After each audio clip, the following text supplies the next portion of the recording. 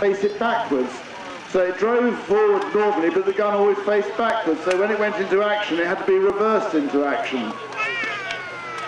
They also used quite a few Valentines for experimental use. And when the ideas of invading France or invading Europe came up, one of the problems was going to be how to get tanks ashore to support the infantry. And an inventor named Nicholas Strausler came up with this idea of what the old Archimedes principle of a body displaces its own mass of water. So if you get a 15 or 20 ton tank in a big enough shape, it could displace enough water so it would float. The only way to do that was to give it a skin.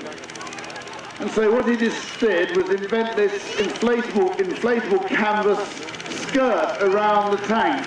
It's attached to a sort of base plate that's around the base of the hull, and all the struts are inflatable. The compressor originally would have been on, they would use the tank to power a compressor to raise the skirt.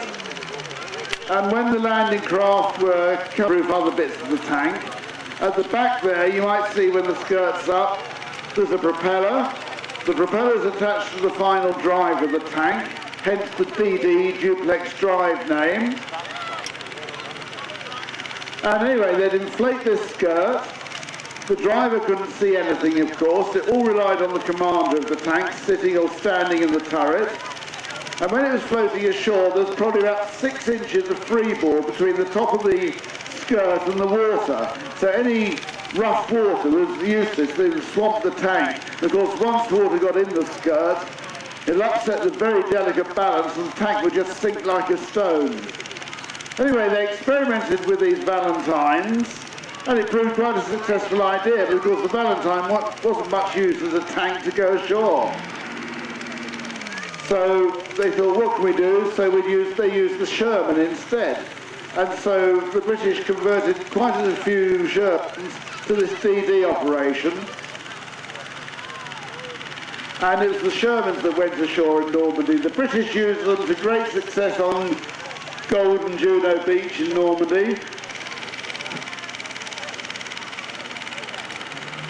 One thing, if you probably can't see it very well from where you are, if you look at the bottom of the skirt, you'll see the base plate. Ah, there it goes. That's what it looked like. Imagine swimming that ashore from a landing craft about half a mile out at sea. Give them a round of applause there. They probably can't hear